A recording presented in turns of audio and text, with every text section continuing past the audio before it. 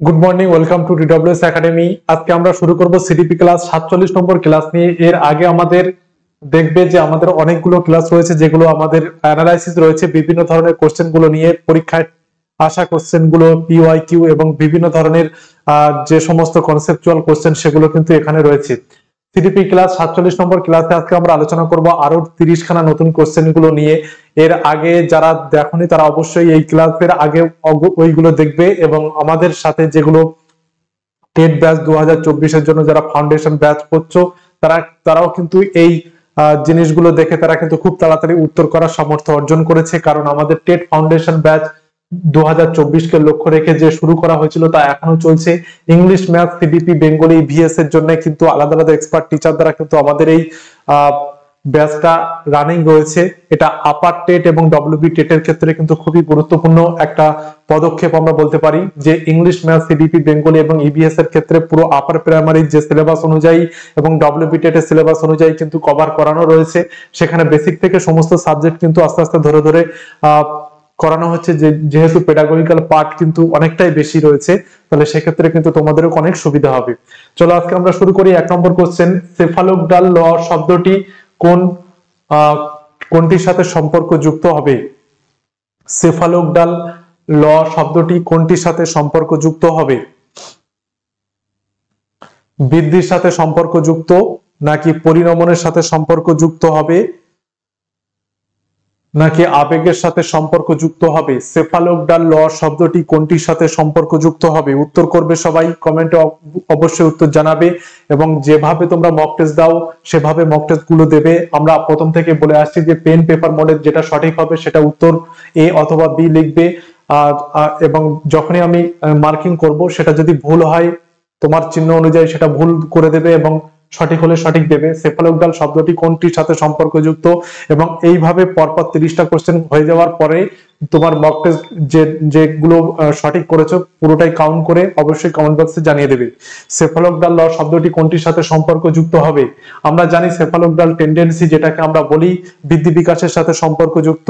বৃদ্ধির সাথে যেটা আমাদের মাথা থেকে পা পর্যন্ত আমাদের যে বিকাশটা হয় মাথা থেকে পায়ের দিকে হয়, ওই জন্য শিশু প্রথমে কিন্তু, আগে ভালো করে লক্ষ্য করবে, শিশু প্রথমে কিন্তু মাথা তুলতে পারে, বসতে পারে, দাঁড়াতে পারে। তাহলে আমাদের সেফালোগডাল ল মাথা থেকে পায়ের দিকে হয়, বৃদ্ধির সাথে সম্পর্কযুক্ত হয়, সেফালোগডাল ল শব্দটির সাথে সম্পর্কযুক্ত। 2 নম্বর দেখো, বুদ্ধির ত্রিমাত্রিক তত্ত্ব। ত্রিমাত্রিক, ভালো করে লক্ষ্য করবে জিনিসটা। ত্রিমাত্রিক তত্ত্বটি প্রথম উত্থাপন করেছিলেন কে? Thurstone, Spearman, Guilford. কে উত্থাপন করেছিলেন? বুদ্ধির ত্রিমাত্রিক তত্ত্বটি প্রথম উত্থাপন করেছিলেন কে? থার্স্টন, স্পিয়ারম্যান, গিলফোর্ড, উপরে কেউ নয়। কোনটি হবে উত্তর? বুদ্ধির ত্রিমাত্রিক তত্ত্ব।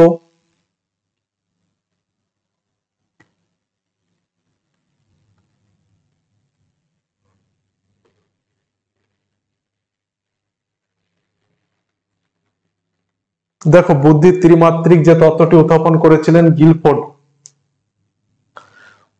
বুদ্ধির এসওআই মডেল যেটাকে আমরা বলে থাকি, এসওআই মডেল বুদ্ধির ত্রিমাত্রিক তত্ত্ব উত্থাপন করেছিলেন গিলফোর্ড। তারপরে দেখো 3 নম্বর, শ্রেণীকক্ষে লিঙ্গ বৈষম্য দূরীকরণের ক্ষেত্রে শিক্ষককে সতর্ক থাকতে হবে।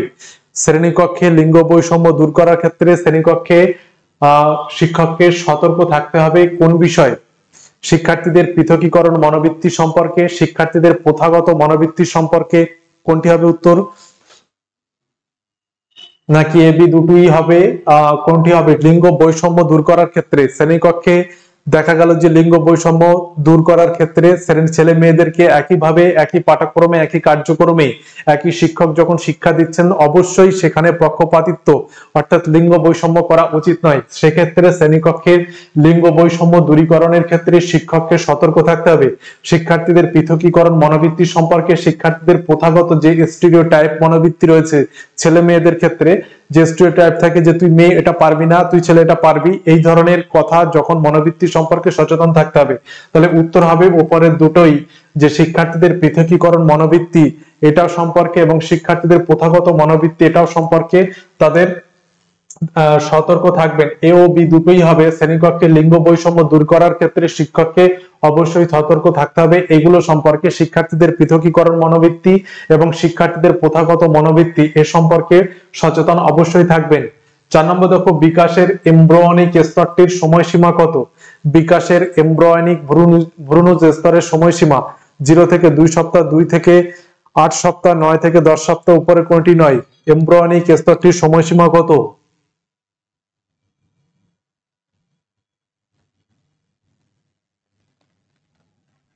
এমব্রিয়নিক স্তরটির সময়সীমা কত? দেখো, বিকাশের ক্ষেত্রে এমব্রিয়নিক স্তর যেটা রয়েছে, বিকাশের ক্ষেত্রে অনলি ফর বিকাশের ক্ষেত্রে এমব্রিয়নিক স্তরের বিকাশের সময়সীমা হচ্ছে 2 থেকে 8 সপ্তাহের মধ্যে এমব্রিয়নিক স্তরটি থাকে। 5 নম্বর দেখো, নিম্নলিখিতগুলির মধ্যে কোনটি শিক্ষার্থী সুসামঞ্জস্যের ক্ষেত্রে মানদণ্ড নয়? নিম্নলিখিতগুলির মধ্যে কোনটি শিক্ষার্থীর সুসামঞ্জস্যের ক্ষেত্রে মানদণ্ড নয়? আত্মজ্ঞান, অবদমন, আত্মনিয়ন্ত্রণ, উপরে কোনটি নয়?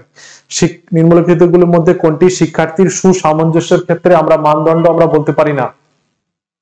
অর্থাৎ শিক্ষার্থীকে মানিয়ে নেওয়ার ক্ষেত্রে, অভিযোজনের ক্ষেত্রে যদি আমরা ধরি, তাহলে এই কোন অপশনগুলোর মধ্যে কোনটি হবে না যেটি শিক্ষার্থীর অ্যাডজাস্টমেন্ট বা তার মানিয়ে নেওয়ার ক্ষেত্রে একটা গুরুত্বপূর্ণ ভূমিকা পালন করবে? তাহলে উত্তর কি হবে? দেখো, শিক্ষার্থীর সুসামঞ্জস্যের ক্ষেত্রে যখন মানদণ্ডের কথা বলা হচ্ছে, কোনটি আবার নয় বলা হচ্ছে, তখন অবশ্যই আত্মজ্ঞান তো আমাদের কাজে লাগে, অবদমনটা আমাদের কাজে লাগে না, যেটা আমাদের এটা অবদমনটা কিন্তু আমাদের এক ধরনের মানসিক প্রক্রিয়া। সেক্ষেত্রে আমাদের যদি শক্ত সামর্থ্য না থাকে বা আমাদের বিভিন্ন ধরনের প্রবৃত্তিগুলো অনেক সময় অবদমন করে থাকি। সুসামঞ্জস্যের ক্ষেত্রে মানদণ্ড আমরা অবদমন বলতে পারি না। আত্মনিয়ন্ত্রণ, আত্মজ্ঞান, এগুলোই শিক্ষার্থীর সুসামঞ্জস্যের ক্ষেত্রে মানদণ্ড বলা যায়। যেটা মানদণ্ড নয় সেটা হচ্ছে অবদমন। 6 নম্বর দেখো, কোহলবার্গের নৈতিক বিকাশকে ভাগ করেন কয়টি স্তরে? কোহলবার্গ তার নৈতিক বিকাশ, মোরাল ডেভেলপমেন্ট ক্ষেত্রে ভাগ করেছিলেন কয়টি স্তরে? উত্তর করবে সবাই।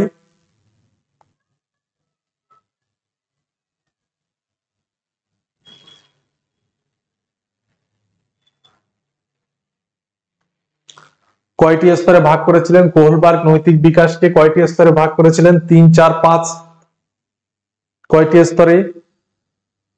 উত্তর কি হবে? দেখো, কোহলবার্গ যে নৈতিক বিকাশকে ভাগ করেছিলেন, উত্তর হবে 3টি স্তরে ভাগ করেছিলেন। 3টি স্তর কি? 3টি স্তর কি কি আমরা জানি? প্রাক সংস্কারমূলক পর্যায়, সংস্কার প্রভাবিত পর্যায়, আর সংস্কার মুক্ত পর্যায়। কোহলবার্গ নৈতিক বিকাশের পর্যায়ে ভাগ করেছিলেন প্রাক সংস্কারমূলক পর্যায়, সংস্কার প্রভাবিত পর্যায়, আর সংস্কার মুক্ত পর্যায়। কোহলবার্গের নৈতিক বিকাশের এই 3টি স্তর, এবং প্রতিটি বিকাশের যে স্তরগুলো ছিল সবগুলোর কিন্তু দুটো করে অপশন ছিল, দুটো করে স্তর ছিল। দুটো করে স্তর নিয়ে টোটাল 3খানা স্তরের 6টি আলাদা সাব গ্রুপ যেটা ছিল সেগুলো হচ্ছে আরো দুটো করে 6টি মোট। মূল যে স্তর যেটা ভাগ করা হয়েছিল সেটি 3টি স্তরে। শ্রেণীকক্ষে সর্বমোট দৃষ্টিহীন শিক্ষার্থীর সংখ্যা হওয়া উচিত কতজন? শ্রেণীকক্ষে সর্বমোট দৃষ্টিহীন যে শিক্ষার্থী তাদের সংখ্যা কত হওয়া উচিত? 4 থেকে 6, 7 থেকে 9, 10 থেকে 12 জন। উপরে কোনটি হবে সঠিক উত্তর?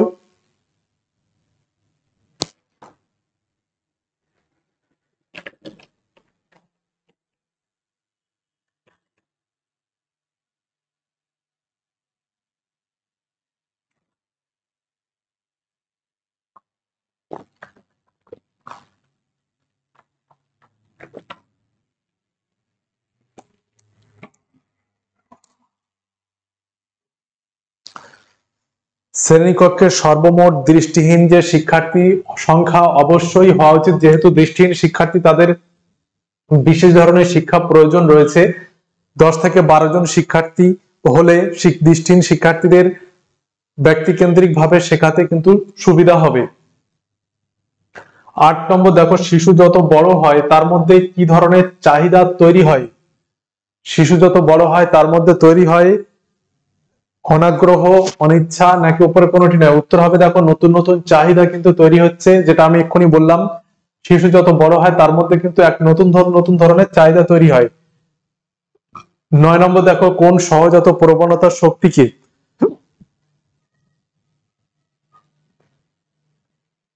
কোন সহজাত প্রবণতা শক্তিকে তার প্রবাহ থেকে অন্য পথে উন্নীত করার প্রক্রিয়াকে আমরা কি বলি?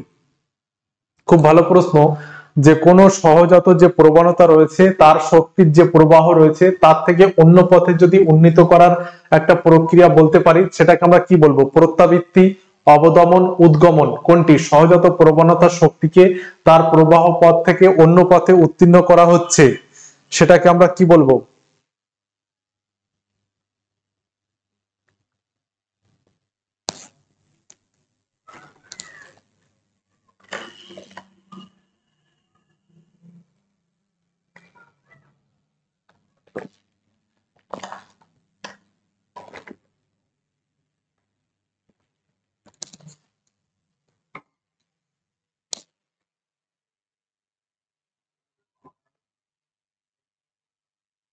অন্য পথে যখন উত্তীর্ণ করা হচ্ছে বা উন্নীত করা হচ্ছে, তখন তাকে আমরা উদ্গমন বলে থাকি।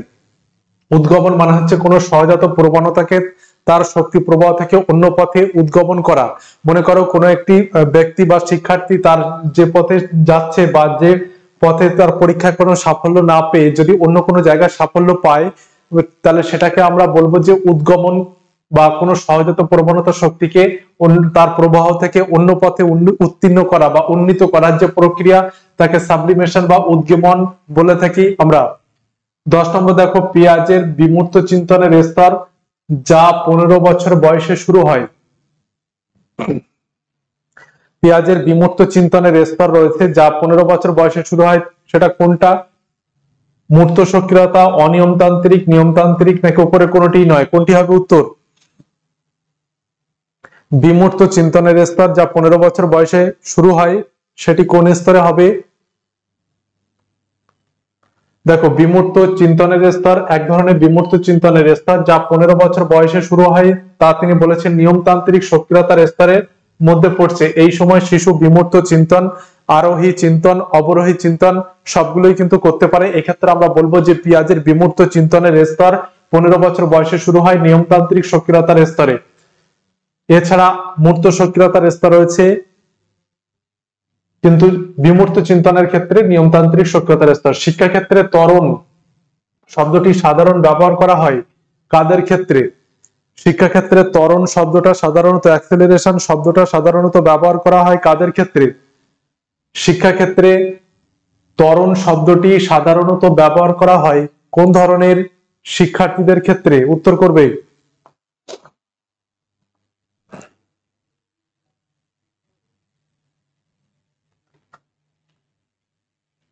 শিক্ষাক্ষেত্রে ত্বরণ পদ্ধতি সাধারণত এই জিনিসটা যে ব্যবহার করা হয় শিক্ষাক্ষেত্রে ত্বরণ, আমি আগের একটা সেটে কোশ্চেন ছিল, আমি বলেছিলাম যে ত্বরণ শব্দটা দুটি ক্ষেত্রে আমরা ব্যবহার করতে পারি। একটা হচ্ছে শিক্ষাক্ষেত্রে পিছিয়ে পড়া শিক্ষার্থী, আর একটা হচ্ছে উন্নত বা প্রতিভাবান শিক্ষার্থী। যারা ক্লাসটা করেছে তারা অবশ্যই বলতে পারবে যে উন্নত বুদ্ধি সম্পন্ন শিশুদের ক্ষেত্রে শিক্ষাক্ষেত্রে ত্বরণ শব্দটাও কিন্তু আমরা ব্যবহার করে থাকি, কারণ তাদের যে সমস্যা সমাধানের গতি, তীব্রতা, যে সমস্যা সমাধানের যে মানসিকতা, সেই সামর্থ্যকে আরো শার্প করার জন্য আরো বেশি তাদেরকে আরো বেশি সমস্যামূলক কাজ দিয়ে তাদেরকে পরবর্তী শ্রেণীতে উত্তীর্ণ বা তাদের পরবর্তী শ্রেণীর সমস্ত কাজকর্মকে তাদের কাছে সহজবোধ্য করে তোলার জন্য আমরা কিন্তু অ্যাক্সিলারেশন শব্দটা ব্যবহার করে থাকি এই উন্নত বুদ্ধি সম্পন্ন শিক্ষার্থীদের ক্ষেত্রে। 12 নম্বর দেখো, মানসিক প্রতিবন্ধকতা এমন একটি অবস্থা যা সাধারণত শুরু হয় কত বছরের নিচে? মানসিক প্রতিবন্ধকতা এমন একটি অবস্থা যা সাধারণত শুরু হয় কত বছর বয়স থেকে? দেখো, মানসিক প্রতিবন্ধকতা কখন শুরু হবে সেটা তো বলা মুশকিল, কিন্তু একটা নির্দিষ্ট টাইমে আমরা সাধারণত অনেকগুলো, যদি মানসিক প্রতিবন্ধকতা যারা রয়েছে তাদের যদি আমরা সার্ভে করি বা তাদের ক্ষেত্রে যদি আমরা দেখি, তাহলে দেখবো যে 18 বছরের নিচে থেকেই কিন্তু শুরু হচ্ছে মানসিক প্রতিবন্ধকতা। এই মানসিক প্রতিবন্ধকতা এমন একটা অবস্থা যা 18 বছরের নিচে থেকে শুরু হতে পারে, কিন্তু এমন নয় যে 18 বছরের পরেও হবে না। কিন্তু সাধারণত গড় যেটা আমরা দেখতে পাই যে 18 বছরের নিচে মানসিক প্রতিবন্ধকতা এমন একটা অবস্থা যেটা 18 বছরের নিচে থেকেও শুরু হচ্ছে। 13 নম্বর দেখো, তার আগে আমরা আবারও বলে দিই যে আমাদের ডব্লিউবি টেট এবং আপার প্রাইমারি টেটের ক্ষেত্রে English, math, CDP, Bengali, EBS এর ক্ষেত্রে আলাদা আলাদা এক্সপার্ট টিচার এবং ফ্রি মক টেস্ট পিডিএফ এর ব্যবস্থা রয়েছে, সেখানে কিন্তু তোমরা জয়েন হতে পারো। সেক্ষেত্রে বেসিক থেকে সমস্ত সাবজেক্ট অ্যাডভান্স লেভেল পর্যন্ত, বিশেষ করে কনসেপচুয়াল, সেগুলো কিন্তু করানো হচ্ছে। 13 নম্বর দেখো, উন্নত বুদ্ধি সম্পন্ন শিশুদের চিহ্নিতকরণের জন্য আমরা যে ধরনের অভিক্ষাটি ব্যবহার করব না। উন্নত বুদ্ধি সম্পন্ন শিক্ষার্থীদের ক্ষেত্রে চিহ্নিতকরণের ক্ষেত্রে আমরা যে ধরনের অভিক্ষা আমরা সাধারণত ব্যবহার করব না তা হলো এসকিউ পরিমাপন অভিক্ষা, মানে সোশ্যাল কোশেন্ট যেটা আমরা বলি। এসকিউ ভালো করে লক্ষ্য করবে, এসকিউ মানে হচ্ছে সোশ্যাল কোশেন্ট, সামাজিকাঙ্ক। আইকিউ মানে হচ্ছে ইন্টেলিজেন্ট কোশেন্ট বা বুদ্ধাঙ্ক। আর ব্যক্তিত্ব পরিমাপক অভিক্ষা কোনটি ব্যবহার করব না? উন্নত বুদ্ধি সম্পন্ন শিশুদের চিহ্নিতকরণের ক্ষেত্রে আমরা যে ধরনের অভিক্ষা আমরা ব্যবহার করব না।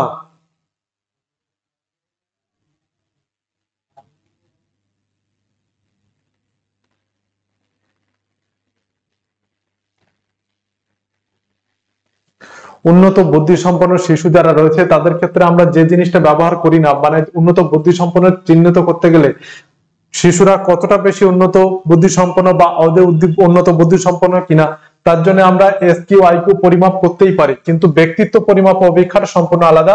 এটা আমরা কিন্তু উন্নত বুদ্ধি সম্পন্ন শিশুদের চিহ্নিতকরণের ক্ষেত্রে এটা কিন্তু আমরা ব্যবহার করি না। এটা আমরা উন্নত বুদ্ধি সম্পন্ন শিশুদের চিহ্নিতকরণের ক্ষেত্রে আমরা এসকিউ আইকিউ ব্যবহার করতে পারি, কিন্তু ব্যক্তি সত্তা বা ব্যক্তিত্ব পার্সোনালিটি কেমন সেটা চিহ্নিত করার ক্ষেত্রে ব্যক্তি সত্তা পরিমাপক অভিক্ষা আমরা ব্যবহার করতে পারি, কিন্তু আইকিউ চিহ্নিতকরণের ক্ষেত্রে যেটা আমরা উন্নত বুদ্ধি সম্পন্ন তাদের চিহ্নিতকরণের ক্ষেত্রে আমরা ব্যক্তিত্ব পরিমাপক অভিক্ষা নিয়ে আসলে চলবে না। 14 নম্বর দেখো, শিশুরা শিক্ষকদের সদর্থক বা নেতিবাচক দৃষ্টিভঙ্গিকে আত্মস্থ করে নেয়। স্বাভাবিকভাবে একটি শিশু তার শিক্ষককে যখন বা শিক্ষিকাকে যখন দেখে তার সদর্থক বা নেতিবাচক যে দৃষ্টিভঙ্গি রয়েছে, তার অ্যাপ্রোচ যেগুলো রয়েছে সেগুলো কিন্তু আত্মস্থ করে নেয়। শিশুরা অনুকরণে কিন্তু প্রথম হয় এবং এই দৃষ্টিভঙ্গি নিয়েই সে বাঁচতে থাকে এবং এইগুলো কিন্তু সে বাস্তব জীবনে কাজে লাগাতে চেষ্টা করে। শিক্ষক শিক্ষিকাদের দেখেই শিশুরা শেখে এবং সেটাই কিন্তু বাস্তব জীবনে কাজে লাগে। এটাকে আমরা কি বলবো, এটাকে আমরা কি বলা হবে বা কি ধরনের অ্যাটিটিউড আমরা বলতে পারি?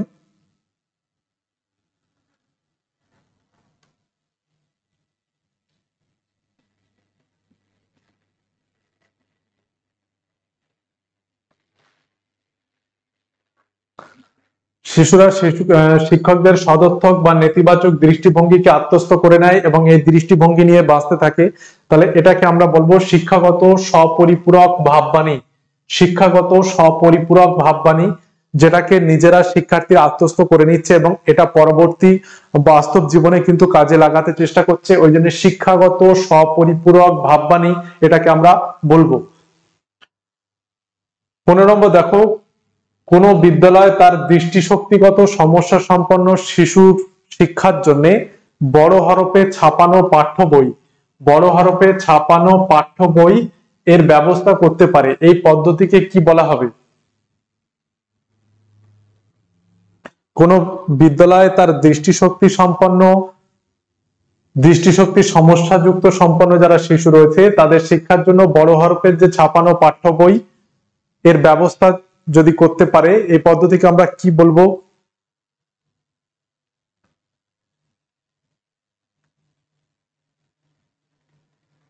উত্তর হবে, দেখো উত্তর হবে বিচ্ছিন্নকরণ স্বচ্ছন্দ বিদ্যা। এটা হবে না। উপস্থাপনমূলক স্বচ্ছন্দ বিদ্যা এটা হবে। মনে করা হলো যে উপস্থাপনমূলক স্বচ্ছন্দ বিদ্যা হচ্ছে যে কোনো বিদ্যালয় তার দৃষ্টিশক্তি সম্পন্ন শিশুদের জন্য আলাদা একটা পদ্ধতি ব্যবস্থা করেছে, তাদেরকে উপস্থাপন করার জন্য, তাদের পাঠ্য বিষয়, তাদের আলোচনা, তাদের কোনো বিষয় ধারণা দেওয়ার জন্য একটা উপস্থাপনের ব্যবস্থা করেছে।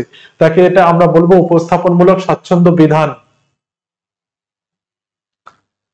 16 নম্বর দেখো, সূক্ষ্ম পেশিগত সঞ্চালনে দুর্বল যে ক্ষমতা সম্পন্ন শিশু রয়েছে তাদের কোন অক্ষর ব্যবহার করে পাঠদান করা উচিত নয়? সূক্ষ্ম পেশিগত সঞ্চালনের ক্ষেত্রে দুর্বল ক্ষমতা সম্পন্ন যে সমস্ত শিশু রয়েছে তাদের কোন অক্ষর ব্যবহার করে পাঠদান করা উচিত নয়?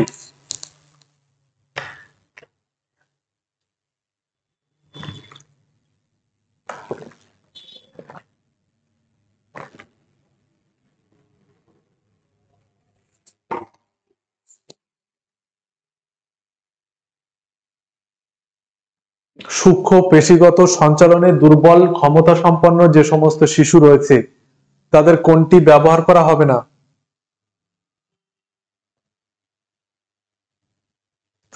দেখো, সূক্ষ্ম পেশিগত সঞ্চালনে মানে লেখা বা সূক্ষ্মভাবে জ্যামিতিক অঙ্কন সেগুলো বলা যায়, সেগুলো দুর্বল ক্ষমতা সম্পন্ন শিশু রয়েছে তাদের জন্য আমরা অবশ্যই টানা লেখা, লেখায় লিখিত অক্ষর এটা কিন্তু ব্যবহার আমরা করব না।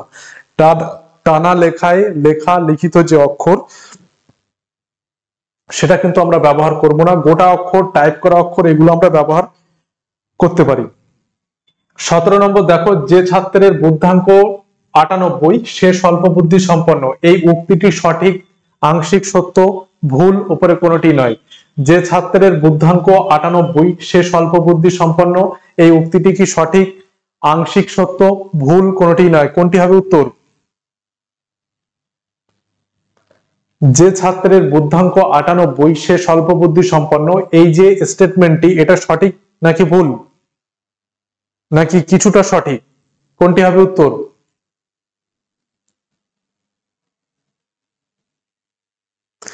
যে ছাত্রের বুদ্ধাঙ্ক 98 সে স্বল্প বুদ্ধি সম্পন্ন, এটা আমরা বলতে পারি না, কারণ আমরা জানি যে গড় সাধারণ বুদ্ধাঙ্ক থাকে 90 থেকে 110, এই রেঞ্জের মধ্যে থাকে গড় বুদ্ধি সম্পন্ন শিক্ষার্থী। তাহলে যে ছাত্রের বুদ্ধাঙ্ক 98 তাকে আমরা স্বল্প বুদ্ধি সম্পন্ন এটা আমরা বলতে পারি না। তাহলে এই স্টেটমেন্টটি অবশ্যই ভুল, কারণ আমরা জানি যে গড় বুদ্ধাঙ্ক থাকে 90 থেকে 110 এর মধ্যে। তারপরে দেখো, নিম্নোক্ত কোন পদ্ধতিটি শিক্ষায় বংশগতির প্রভাব পরিমাপক পদ্ধতি হিসাবে ব্যবহার হয় না? নিম্নোক্ত কোন পদ্ধতিটি শিক্ষায় বংশগতির প্রভাবক পরিমাপক হিসাবে পদ্ধতি হিসাবে আমরা ব্যবহার করি না? যমজ সম্পর্কিত অধ্যয়ন, দত্তক সম্পর্কিত অধ্যয়ন, মুক্ত অনুষঙ্গ, উপরে কোনটি নয়? কি হবে উত্তর?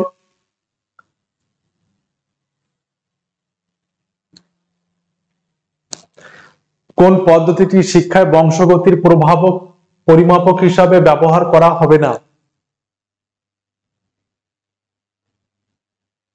দেখো, বংশগতির প্রভাবক পরিমাপক পদ্ধতি হিসাবে যেটা ব্যবহার হবে না, যমজ সম্পর্কিত অধ্যয়ন ব্যবহার করা হয়, দত্তক সম্পর্কিত অধ্যয়নও ব্যবহার করা হবে, কিন্তু মুক্ত অনুষঙ্গ এই ব্যাপারটা সম্পূর্ণ আলাদা। এটা হচ্ছে সাইকো অ্যানালিটিক্যাল একটা পদ্ধতি, যেটা মনসমীক্ষণ বাদের একটা পদ্ধতি হচ্ছে মুক্ত অনুষঙ্গ।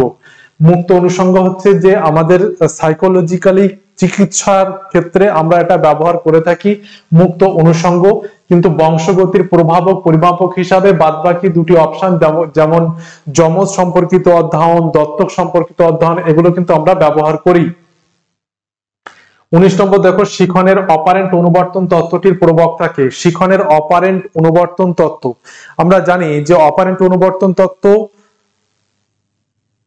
তো প্রবক্তা হচ্ছে, অবশ্যই এটা সবাই বলতে পারবে, এটা স্কিনার অপারেন্ট অনুবর্তন তত্ত্বের প্রবক্তা, এবং ক্লাসিক্যাল কন্ডিশনিং হলে অবশ্যই প্যাভলভ হবে। সামাজিক শিখনের তত্ত্বটি একত্রীকরণ করেছে কোন ধরনের সামাজিক শিখনের যে তত্ত্ব সেটা কোন দুটি বাদ বা তত্ত্বকে একত্র করেছে? সামাজিক শিখনের তত্ত্বের মধ্যে কোন দুটি তত্ত্ব রয়েছে?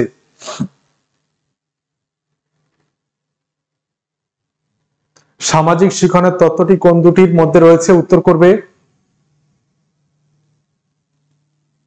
সামাজিক শিখনের তত্ত্বটি একত্রিতকরণ করেছে। দেখো, সামাজিক শিখনের ক্ষেত্রে আমরা আচরণবাদ বা অর্থাৎ সে অন্যান্য শিক্ষার্থীর বা অন্যান্য পরিবেশ পরিস্থিতির সাথে কেমন ভাবে আচরণ করছে থাকবে, এবং সামাজিক শিখনের মধ্যে আরেকটা জিনিস থাকবে যেটা হচ্ছে মিথস্ক্রিয়া, কেমন ভাবে মিথস্ক্রিয়া অ্যাডজাস্টমেন্ট এগুলো থাকবে, তার বুদ্ধিদীপ্ত উপাদান থাকবে অর্থাৎ জ্ঞানমূলকও থাকবে।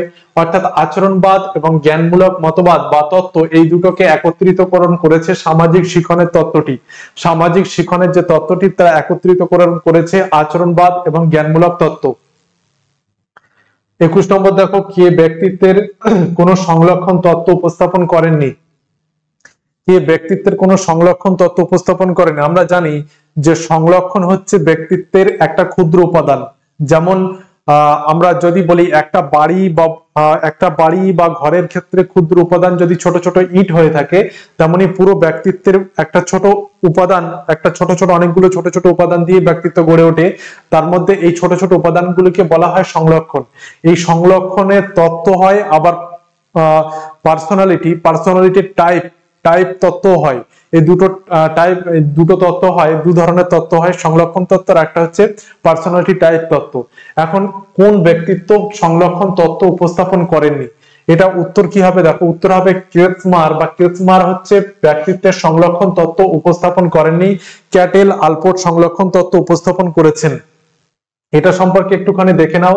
পার্সোনালিটি টাইপ থিওরি, যেটা পার্সোনালিটি টাইপ থিওরির মধ্যে রয়েছে শেলডনের তত্ত্ব, ক্রেৎমারের তত্ত্ব, স্পেরেঞ্জারের তত্ত্ব, এবং তার সাথে সাথে এটাও দেখে নাও যে পার্সোনালিটি ট্রেট থিওরির মধ্যে রয়েছে ইয়ং এর তত্ত্ব, অ্যাডলার, আলপোর্ট, আইজাক, ক্যাটেল, পঞ্চ উপাদান তত্ত্ব, এগুলো সবই পার্সোনালিটি ট্রেট থিওরির মধ্যে পড়ছে। 22 নম্বর দেখো, বিষয়বস্তুর অর্থপূর্ণ প্রত্যক্ষণ শিখনের জন্য প্রয়োজনীয় একটি উপাদান এই ধারণাটি পোষণ করে। বিষয়বস্তুর অর্থপূর্ণ প্রত্যক্ষণ শিখনের জন্য প্রয়োজন। বিষয়বস্তুর অর্থপূর্ণ ভাবে যদি আমরা দেখি প্রত্যক্ষণ, তাহলে শিখনের জন্য এটা একটা গুরুত্বপূর্ণ উপাদান। এই ধারণাটি পোষণ করে কোন মতবাদ?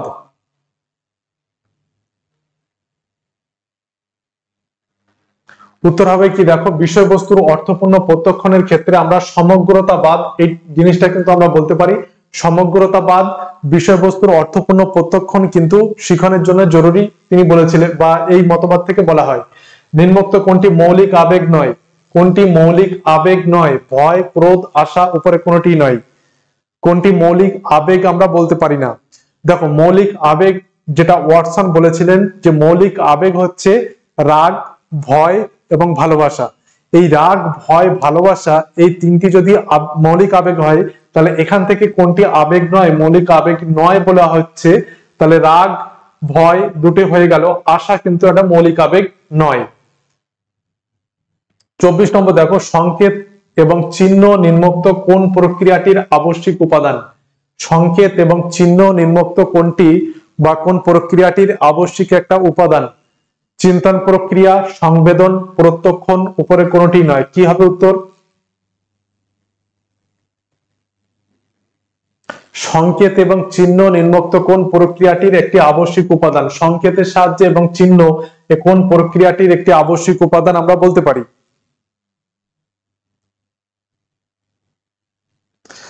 অবশ্যই উত্তর হবে, দেখো, সংবেদন হবে না, প্রত্যক্ষণ হবে না, সংকেত এবং চিহ্ন যেটা হচ্ছে চিন্তন প্রক্রিয়ার একটা আবশ্যিক উপাদান।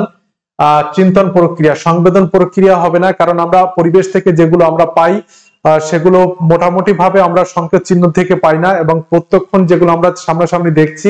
কিন্তু চিন্তন প্রক্রিয়া করতে গেলে তুমি ভার্চুয়ালি যদি কোনো কিছু চিন্তা করো, সেটা কিন্তু চিহ্ন সংকেতের সাহায্যে তুমি কিন্তু চিহ্নিত করতে পারো বা চিন্তন প্রক্রিয়া করতে পারো।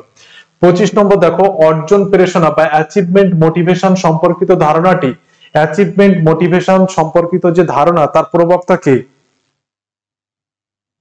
অ্যাচিভমেন্ট মোটিভেশন সম্পর্কিত যে ধারণা, তার প্রবক্তা হচ্ছে ম্যাকলেল্যান্ড। অ্যাচিভমেন্ট মোটিভেশন সম্পর্কিত ধারণা দিয়েছিলেন। তারপরে দেখো, ব্যক্তি সত্তাকে বহির্মুখী এবং অন্তর্মুখী হিসাবে বিভক্ত করেছেন কোন মনোবিদ?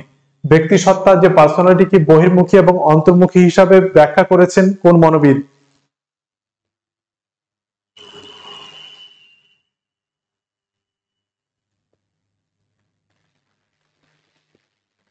ব্যক্তি সত্তাকে বহির্মুখী এবং অন্তর্মুখী হিসাবে ব্যাখ্যা করেছেন কোন মনোবিদ?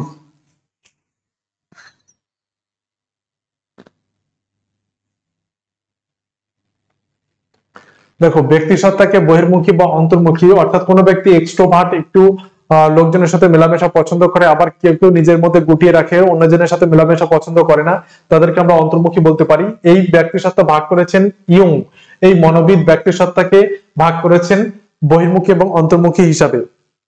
27 নম্বর দেখো, থিমেটিক অ্যাপারসেপশন টেস্ট, যেটা এটা সম্পাদনী অভিক্ষা, প্রতিফলন অভিক্ষা, ব্যক্তি সত্তা পরিমাপক, ইনভেন্টরি।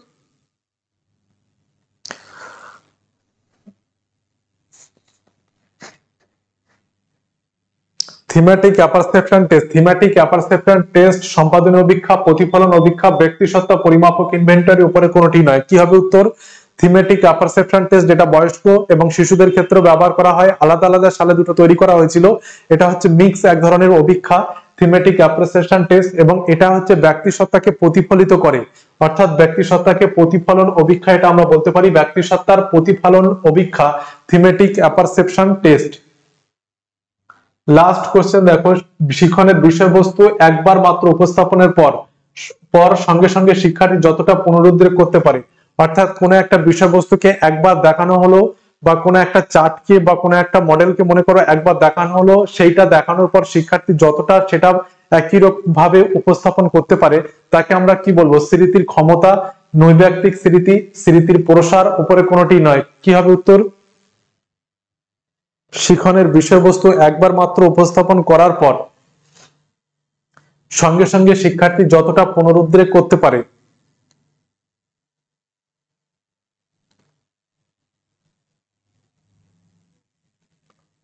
অবশ্যই এটা হবে স্মৃতির প্রসার বা রেঞ্জ। স্মৃতির রেঞ্জ হবে এটা, যে তার বিষয়বস্তু একবার মাত্র উপস্থাপন করার পর সে কতটা জিনিসের প্রতি সে মনোযোগ দিয়েছিল, এটা আমরা স্মৃতির প্রসারের মধ্যে পড়ে। আজকে পর্যন্তই। আবার নতুন নতুন কোশ্চেন গুলো নিয়ে আমরা আলোচনা করব। যারা দেখোনি তারা অবশ্যই দেখে নেবে এবং আরো মাঝে মাঝে শেয়ার করে দেবে বন্ধুদের মাঝে, এবং তোমরা প্র্যাকটিস করতে থাকো। এইভাবে কিন্তু ক্লাসগুলো চলতে থাকবে।